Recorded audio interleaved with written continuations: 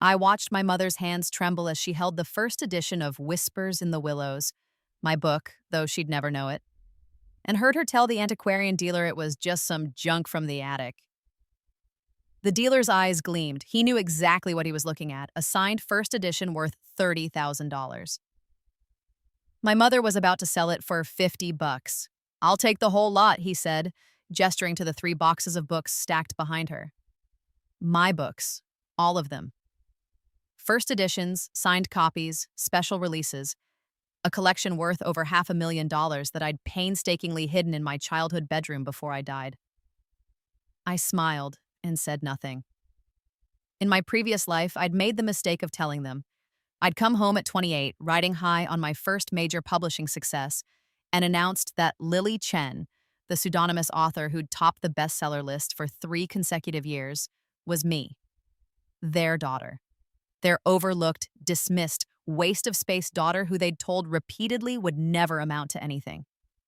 My mother had laughed in my face. Then she'd called my sister.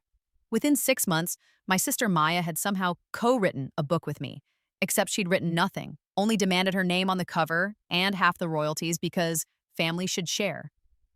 When I refused, she sued me, claiming I'd stolen her ideas during childhood story sessions that had never happened. My parents testified on her behalf. They swore in court that Maya was the creative one, that I'd always been jealous of her talent. I lost everything in the legal battle. My reputation, my contracts, my money. The stress triggered a heart condition I hadn't known I had. I died alone in a budget apartment at 32, my career destroyed, my family celebrating their victory over champagne I'd unknowingly paid for. Then I woke up in my childhood bed at age 17, 2 weeks before my first book was published under my pen name. This time, I knew exactly what to do. $50 for all 3 boxes sounds perfect, my mother said, already counting the money in her head. Behind her, my father nodded approvingly. Maya leaned against the doorframe, scrolling through her phone, bored, as always, by anything that didn't directly benefit her. I was 24 now in this second life. 7 years had passed since I'd opened my eyes to find myself back in my teenage body, my future knowledge intact. 7 years of carefully orchestrated moves, of playing the role of the disappointing daughter while secretly building an empire they couldn't touch. "Actually," I said softly, "I'd like to keep those books, if that's okay." My mother's head snapped toward me. "Excuse me?" "They're from my room," I continued, keeping my voice small and meek, the tone they expected from me. "I collected them when I was younger. They have sentimental value." Maya laughed, not even looking up from her phone. "Sentimental value? You mean those ratty paperbacks you hoarded instead of getting a real hobby? God, you're pathetic." "They're taking up space," my father added, his voice flat with disinterest. He barely looked at me, the way he'd barely looked at me my entire life. "We're converting your room into Maya's home office. She needs the space for her writing career." Ah, yes. Maya's writing career. In my previous life, she'd announced she was going to be an author at 25, after years of mocking my own attempts to write. She'd produced nothing but a handful of terrible short stories and an unfinished manuscript about a girl who was beautiful and misunderstood, basically a self-insert fantasy with no plot. In this life, she'd made the same announcement 2 years ago. The results were predictably identical. "But those books," I started, "are worth $50, which is more than you've contributed to this household in years." My mother cut me off sharply. "You live here rent-free, Ava. The least you can do is let us recoup some of the cost of raising you." The antiquarian dealer shifted uncomfortably. He was a professional, and he clearly recognized the collection's value. But he wasn't about to educate these people if it meant losing an incredible deal. I bit my lip, letting my eyes water slightly. I saved up some money from my tutoring jobs. Could I buy them from you? I could give you $100. $100? Maya finally looked up, her perfect face twisted in contempt. "You think your garbage books are worth double what an actual professional is offering? You're delusional." "The books stay sold," my father declared. "End of discussion." Maybe if you'd actually done something with your life instead of wasting time with fairy tales, you'd have something worth keeping.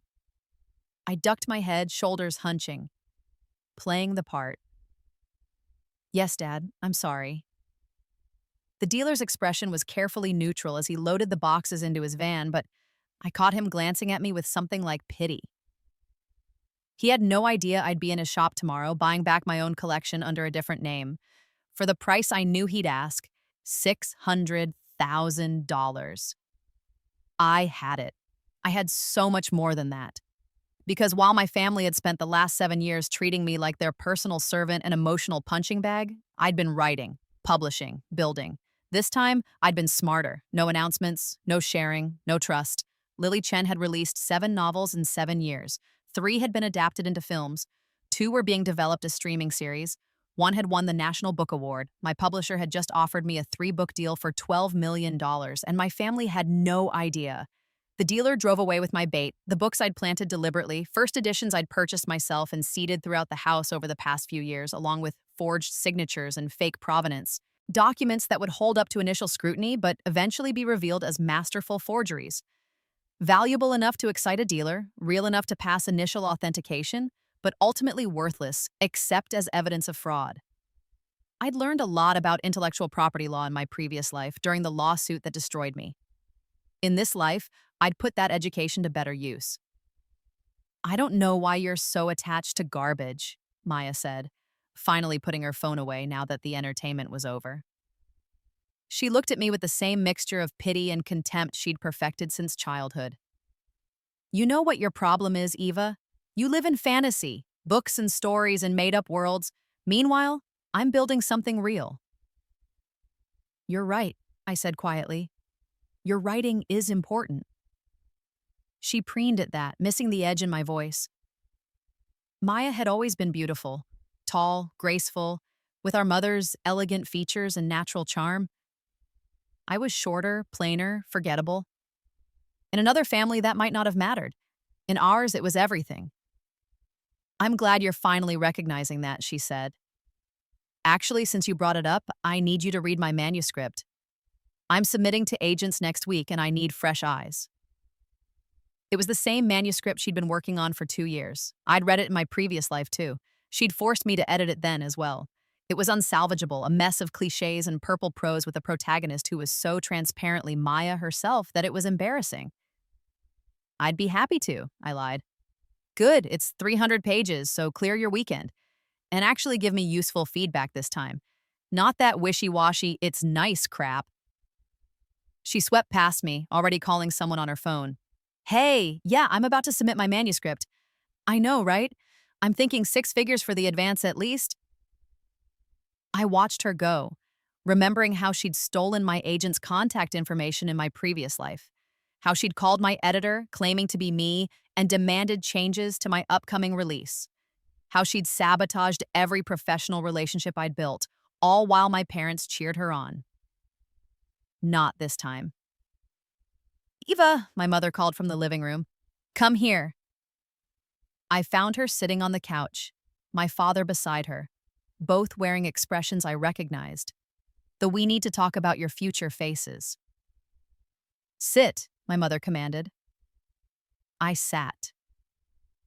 Your father and I have been discussing your situation, she began, folding her hands in her lap like a CEO about to fire an underperforming employee. You're 24 years old. You have a bachelor's degree in English literature, a useless degree, but a degree nonetheless. And yet you're still living at home, working part-time as a tutor, contributing nothing to this household. I pay rent, I said quietly. $500 a month. Which doesn't even cover utilities, my father added. Meanwhile, Maya is launching a real career. She needs support, financial support, emotional support, space to create. Your mother and I have decided that it's time for you to step up as a sister. Here it comes, I thought. The same demand they'd made in my previous life, just earlier in the timeline. We're taking back your college fund, my mother announced. What's left of it, anyway. $20,000. Maya needs it to live in the city while she pursues her writing career and networks with publishing professionals. In my previous life, I'd cried. I'd begged. That fund had been set up by my grandmother, Astaki, my father's mother, who'd been the only family member to ever show me genuine love. She died when I was 15, leaving explicit instructions that the money was for my education and future. They'd taken it anyway, giving it to Maya for an apartment in Manhattan and a string of expensive networking dinners that were really just parties. Of course, I said now without emotion, if that's what you think is best. My mother blinked, surprised by my easy capitulation. Well, good. I'm glad you're finally being reasonable. Maya has real potential, Eva. The kind you never had. The least you can do is support her. I want to support her, I said, and meant it. Just not in the way they thought. Actually, I have an idea. I have some connections in the publishing world through my tutoring work. I've helped several students who went on to become literary agents and editors. I could introduce Maya. This was true, technically. I'd deliberately built relationships with several students whose parents worked in publishing, specifically so I could drop hints about my pen name without directly connecting myself to it. The parent of a teenager I tutored was now Maya's dream agent, a powerhouse at one of the biggest agencies in New York. Maya's eyes lit up with greed. Seriously? Why didn't you mention this before? You never asked, I said simply. But I'd be happy to make an introduction. I want you to succeed. Finally, you're being useful, my father grunted. Set it up. I will. I stood up. If you'll excuse me, I have some work to finish. I retreated to my room, soon to be Maya's office, and closed the door. Then I opened my laptop and sent an email to my agent, the real one, the one who knew me as Lily Chen. Subject, family situation. Escalating Rebecca, they took the bait. Selling the planted books, taking the college fund, and Maya is about to submit her manuscript through the contact I'm providing. Everything is proceeding according to plan. The fake literary agent I hired is ready on his end. By the time Maya realizes she's been corresponding with a fraud, we'll have everything we need for the lawsuit. Also, I need you to accelerate the timeline on the reveal. Let's schedule it for 6 weeks from now instead of 3 months. I want maximum impact. L. Rebecca's response came within minutes. You're sure about this? Once we go? Public, there's no taking it back. I typed quickly, I'm sure. They destroyed me once. This time, I'm destroying them first. What my family didn't know, what no one knew except Rebecca and my lawyer, was that Lily Chen was about to be revealed. Not by accident, not by some investigative journalist, but by me, on my terms, in a way that would generate maximum publicity. In 6 weeks, I was scheduled to appear on the country's biggest morning show to announce that I was Lily Chen, the mysterious author who'd captured the nation's imagination. I'd be sitting across from the most watched interviewer in America, telling my story. How I'd written my first novel at 17, how I'd hidden my success from an abusive family, how I'd built an empire while playing the role of the disappointment. The interview was already recorded. It would air live, and my family would find out the same way the rest of the world did, by watching it on television. But before that happened, I needed to set up the dominoes. The next day, I called Maya. I spoke to my contact, I told her, and he's interested in seeing your manuscript. He? Maya's voice dripped with suspicion. Who is he? Richard Chen. He's an agent at Pacific Literary Partners. This was the fake agency I'd created, complete with a professional website, fake client list, and a rented office in Manhattan. The agent was actually an actor I'd hired following a detailed script I'd written. I've never heard of them, Maya said. They're boutique, very selective. They only take on a few clients a year, but when they do, they get 7-figure deals. Richard specifically works with literary fiction and women's fiction. He's interested in fresh voices. The greed in her silence was palpable. How do you know him?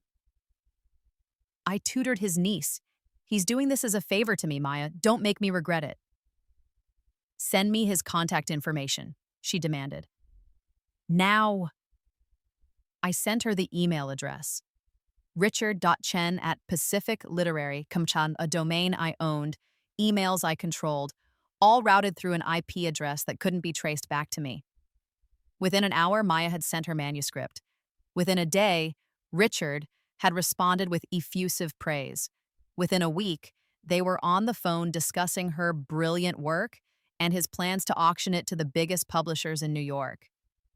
I listened to Maya brag about it at dinner, watching my parents beam with pride. I knew you had it in you, my mother gushed, squeezing Maya's hand. A real author in the family, finally. My father raised his wine glass. To Maya, the successful daughter. They clinked glasses. No one offered me any wine. No one even looked at me. I smiled and cleared the dishes. Over the next 3 weeks, Richard strung Maya along with increasingly elaborate stories about publisher interest. A 7-figure floor for the auction. Movie studios circling. Translation rights sold in 20 countries. Each lie was carefully calculated to inflate her ego and, more importantly, to get her to sign documents. Contracts with the fake agency, rights agreements, financial disclosures. Every document was legally worthless, but Maya didn't know that. She signed everything Richard sent her, too blinded by greed and vindication to have a lawyer review them. Meanwhile, I was collecting evidence. Every email, every signature, every conversation, building a case not for fraud. I'd never actually take money from her, that wasn't the point. But for something more valuable, proof of her character. Because what my family also didn't know was that I'd hired a team of private investigators. They'd been documenting everything for the past 2 years. My mother's affair with our neighbor, my father's embezzlement from his company. Small amounts, but consistent and definitely illegal. Maya's habit of plagiarizing from lesser-known authors for her original short stories, which she'd published in small literary magazines. I had dirt on all of them, mountains of it. And in 6 weeks, it would all come out. But first, I needed to ensure Maya's manuscript reached the right people. 4 weeks before my scheduled television appearance, I did something unexpected. I helped her. Richard told Maya that her manuscript was perfect, but that it needed one small tweak before the auction, a new ending. He provided detailed notes. Maya, who'd never been good at revision, asked for my help. I stayed up 3 nights rewriting her ending. I made it good. Actually good. I gave her protagonist a character arc. I crafted a climax that was emotionally resonant and thematically coherent. I fixed her prose, tightened her dialogue, and polished every sentence until it shone. Then I saved every single draft, with timestamps and edit history proving that I'd written it. This is amazing, Maya breathed when she read the new ending. Eva, this is actually good. For a moment, I saw something like respect in her eyes. It vanished quickly, replaced by her usual smugness. I mean, obviously, I laid the groundwork. You just cleaned it up a bit. Obviously, I agreed. She submitted the revised manuscript to Richard, who declared it perfect. The auction was scheduled for 1 week before my television appearance. Except there would be no auction, because 1 day before the fake auction was supposed to happen, I was going to send Maya's manuscript, Maya's, with all my edits, all my notes, and all the documentation proving I'd rewritten it, to every major literary agent and publisher in New York, not under Maya's name, under mine, as Lily Chen. With a cover letter explaining that this was a manuscript my sister had tried to pass off as her own after stealing my work, that I deliberately helped her improve it to prove that without me, her writing was unsalvageable, that I was releasing this information to warn the publishing industry about a potential fraudster. It would destroy any chance she ever had of a legitimate writing career.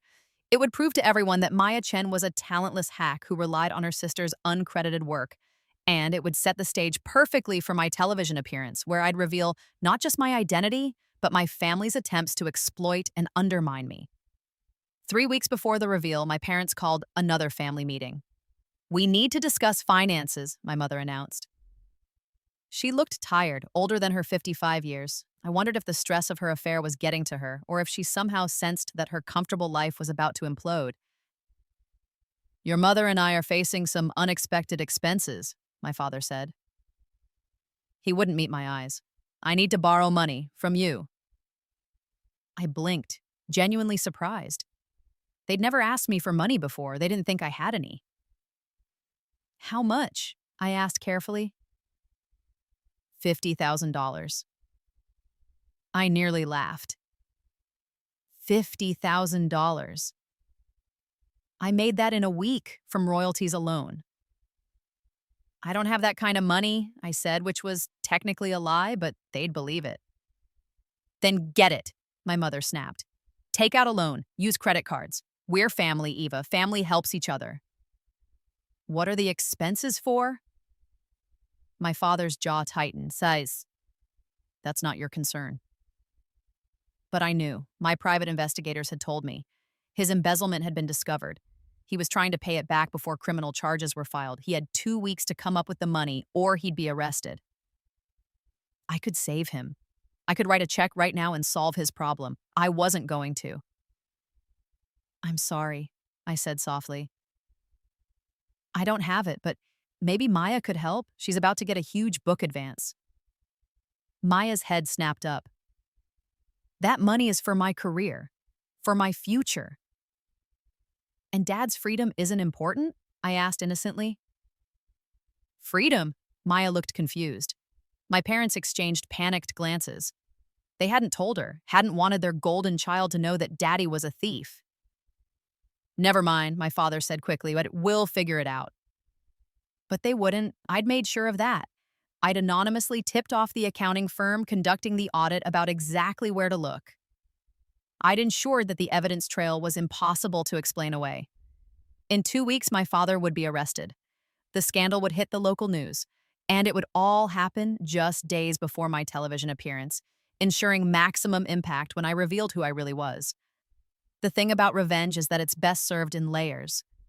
2 weeks before the reveal, Maya's fake agent disappeared. The website went down, the email bounced. The office in Manhattan was revealed to be a short-term rental that had expired. Maya called me, hysterical. He's gone. Richard's gone. The agency is fake. Eva, what did you do?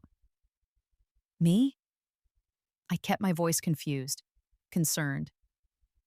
Maya, I'm so sorry. I had no idea. You set me up. You sabotaged me. Why would I do that? I helped you with your manuscript. I wanted you to succeed. She was crying now, angry tears. My manuscript. Oh God, my manuscript. He has my manuscript. What if he publishes it under his own name? What if he steals it? You should contact the Authors Guild, I suggested. They handle cases of literary fraud. Fraud, she repeated bitterly. That's what everyone's going to think I am. That I fell for a con artist, that I'm stupid. She wasn't wrong. The next day, my father was arrested at his office. White-collar crime, embezzlement, fraud. The bail was set at $100,000. My parents didn't have it. They'd spent years living beyond their means, supporting Maya's expensive lifestyle and their own luxury habits. They called me from the police station. Ava, please, we need your help, just this once. I don't have that kind of money, I said again. Then get it, my mother screamed. Do something useful for once in your life. I hung up. My father spent 3 days in jail before they finally scraped together the bail money by taking a second mortgage on the house. The scandal was everywhere. Local news, social media, the neighborhood gossip chains. The family that had built their reputation on success and superiority was revealed as fraudsters and failures. And through it all, I played the role of the supportive daughter. I visited my father, I brought him food, I let my mother cry on my shoulder about how unfair it all was. I never mentioned that I'd been the one to turn him in.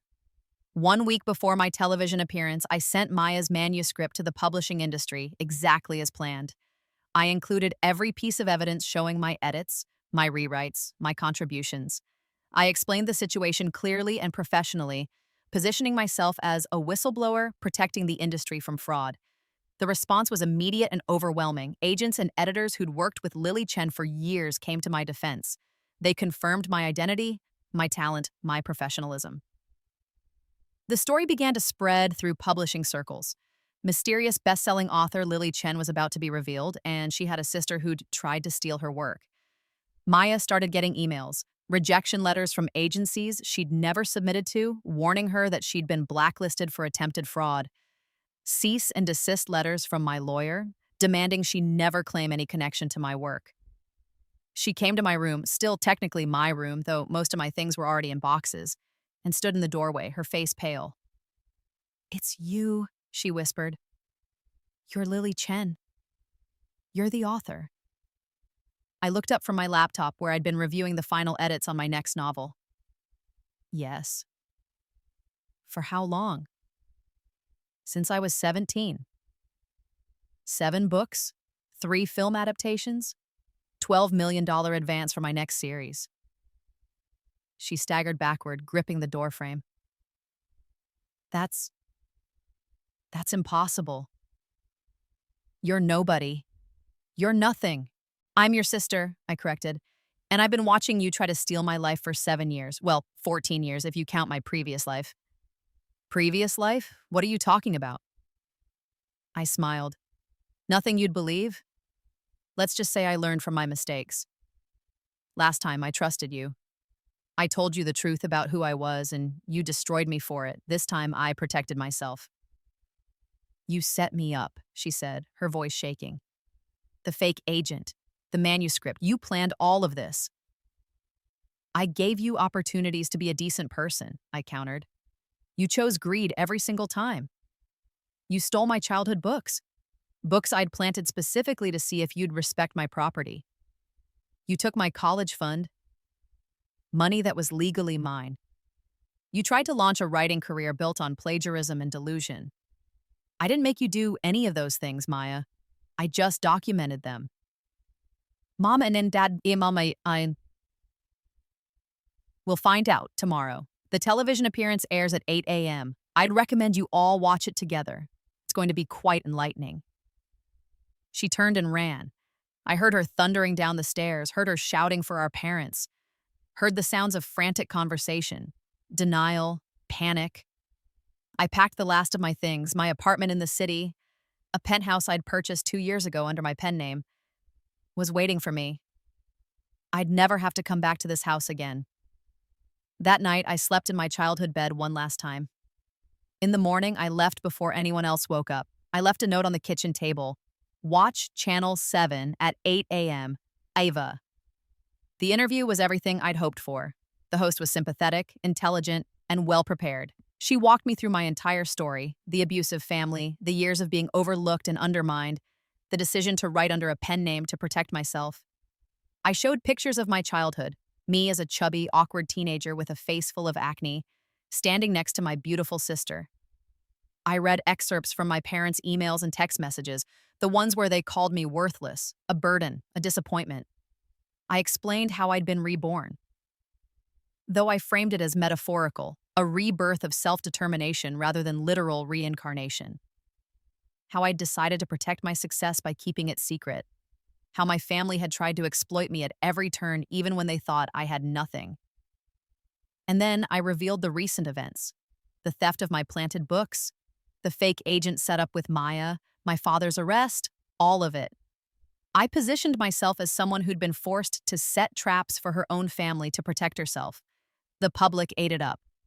By noon, I was trending on every social media platform. Justice for Lily Chen. Hashtag Eva wins.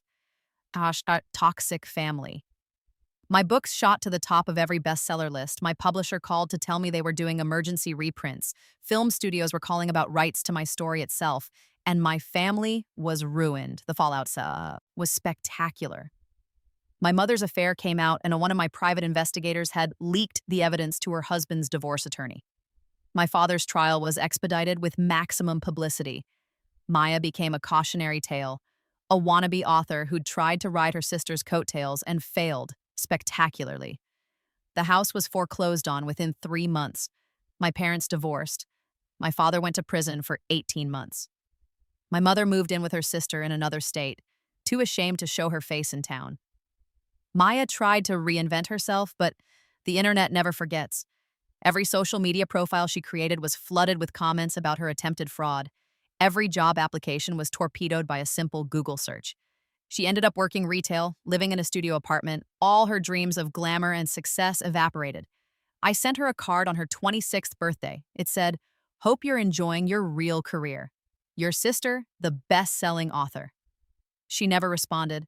As for me, I thrived. The publicity from the reveal pushed my books into the stratosphere. I became not just a successful author, but a cultural phenomenon. My story inspired countless women to protect themselves from toxic families, to hide their success when necessary, to never let abusers benefit from their hard work. I bought my grandmother's old house, the one she'd loved, that my father had sold after her death to fund Maya's lifestyle. I restored it exactly as it had been and turned it into a writer's retreat for young women from abusive homes, a place where they could create safely, where their work would be protected, where no one would steal their dreams. I never spoke to my family again, not when my mother sent apologetic emails, not when Maya tried to reach out through mutual acquaintances, not when my father was released from prison and attempted to show up at one of my book signings. I hired security. I moved on. I lived well, because that's the thing about revenge. It's not just about destruction.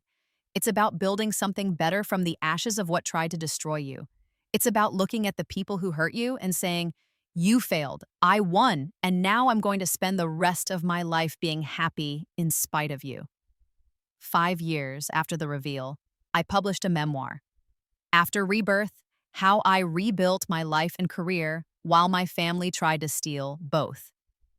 It was my most successful book yet, debuting at #1 on the New York Times bestseller list and staying there for 43 weeks. In the epilogue, I wrote about forgiveness, not the kind where you reconcile with your abusers, but the kind where you release the weight of anger and resentment because you simply don't need it anymore. Where you stop defining yourself by what was done to you and start defining yourself by what you built in response. I wrote about my grandmother, the only family member who ever truly loved me, and how I'd dedicated every book to her memory. How I'd used the college fund she'd left me, the money my parents had stolen and I'd secretly recovered through legal action, to establish a scholarship for young writers from difficult backgrounds. I wrote about the satisfaction of success, of knowing that every word I wrote was mine, earned by my talent and hard work, untainted by the people who'd tried to claim it. And I wrote about the moment I'd watched my mother try to sell my books, those planted first editions, and how I'd smiled because I knew exactly what was coming. How I'd spent 7 years of my second life preparing for that single moment of reversal. The book ended with a simple line: they thought they were selling trash. They never knew they were selling their future. My family tried to sue me for defamation. The case was thrown out immediately. Truth is an absolute defense, and I had documentation for every claim I'd made. They tried to write their own tell-alls, but no publisher would touch them. They tried to give interviews, but no one cared about their side of the story. I'd won so completely that their attempts at retaliation only made them look more pathetic. On my 30th birthday, which would have been the age I'd died in my previous life, I threw a party. I invited my agent, my editor, my publisher, and all the friends I'd made in the industry. We celebrated in my penthouse overlooking the city, toasting to success and survival and the sweet taste of vindication. "Do you ever regret it?" Rebecca asked me, late in the night when most of the guests had gone home. "The way you handled your family?" I thought about it, really thought about it. I thought about my mother's trembling hands as she sold those books, my father's face when he was arrested, Maya's tears when she realized her dreams were dead. "No," I said finally.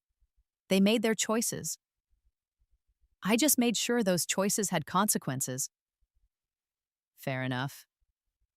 Rebecca raised her glass. "To Lily Chen.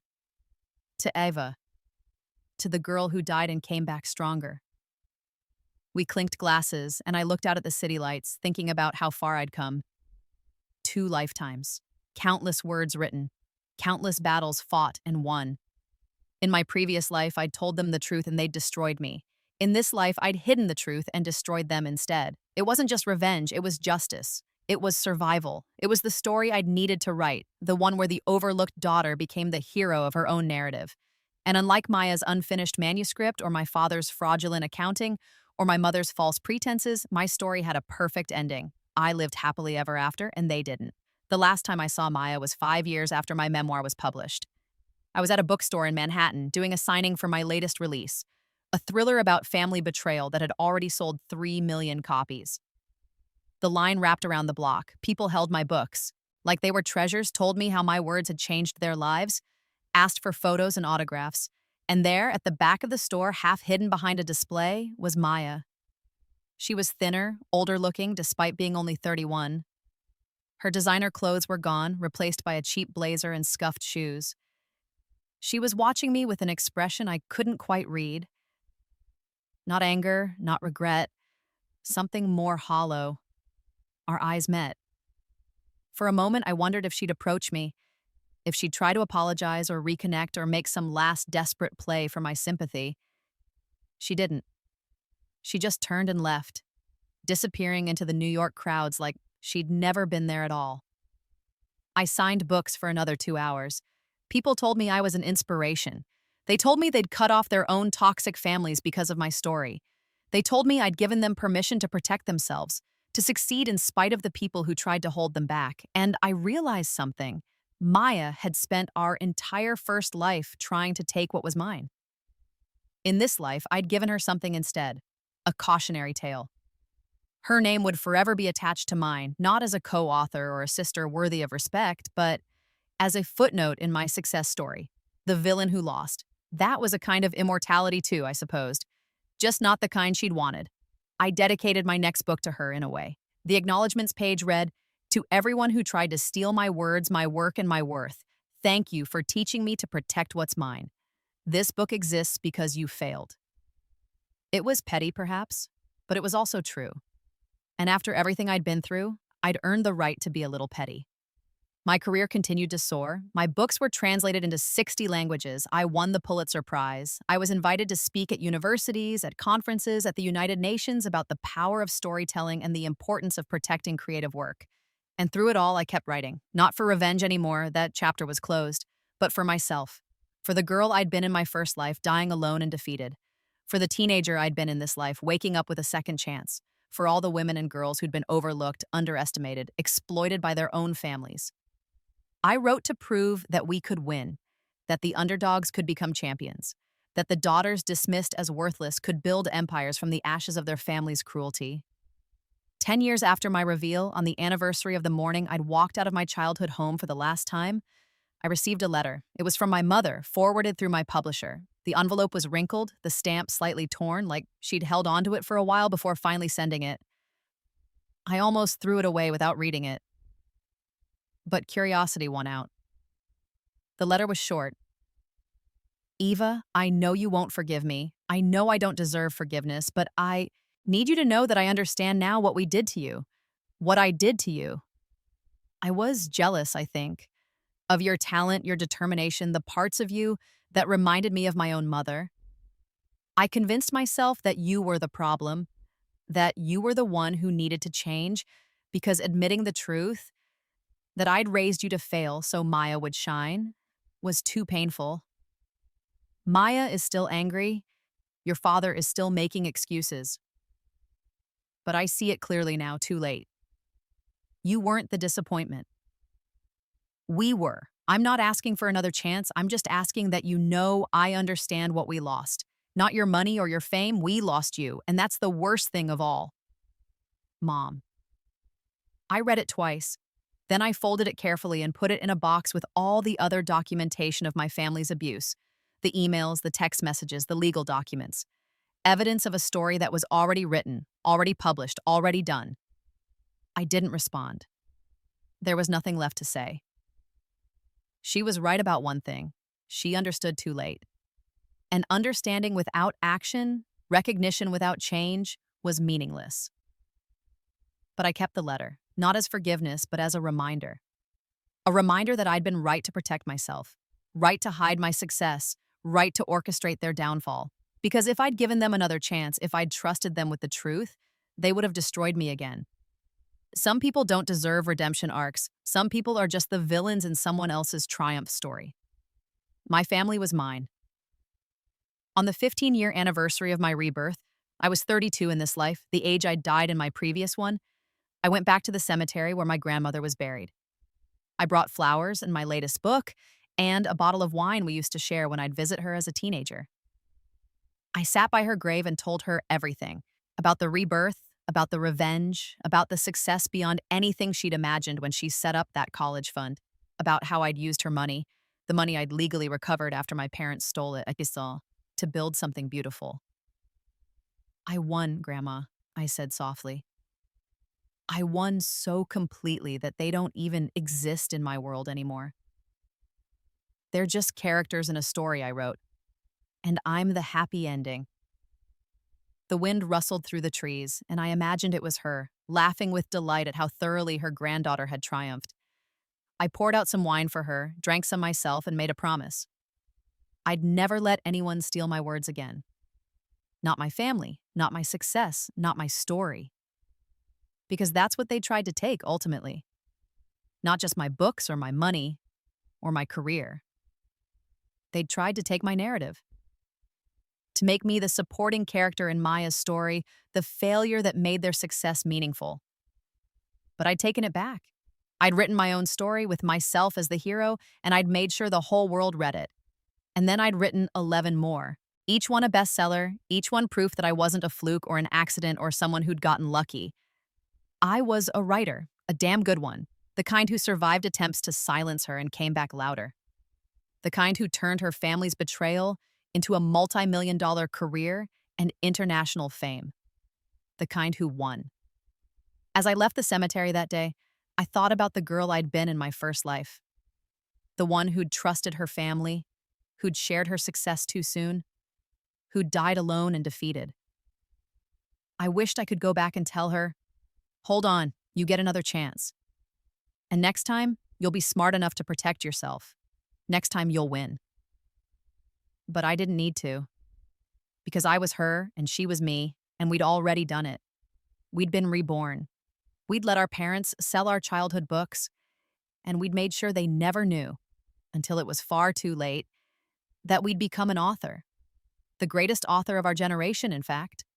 With 15 books, 3 Pulitzer nominations, 7 film adaptations, and a net worth that exceeded our parents' wildest dreams. They'd sold trash, thinking it was all I'd ever amount to. They never knew they were selling the future fortune of the woman who would outshine them all. And by the time they figured it out, I was untouchable. That's the thing about revenge. When it's done right, your enemies don't just lose. They lose so completely that they become cautionary tales, footnotes in your success story, names people mention with pity rather than respect. Maya Chen, the sister who tried to steal her sibling's success and ended up with nothing. Robert Chen, the father who embezzled from his company and abandoned his talented daughter. Patricia Chen, the mother who chose one daughter over the other and lost them both. And Eva Chen, known to the world as Lily Chen, the best-selling author who turned family betrayal into literary gold, who proved that the overlooked could become legendary, who showed the world that sometimes the best revenge isn't just success. It's making sure your enemies know exactly how badly they failed. I was 32 years old, twice lived, and finally, completely, triumphantly free. And I was just getting started.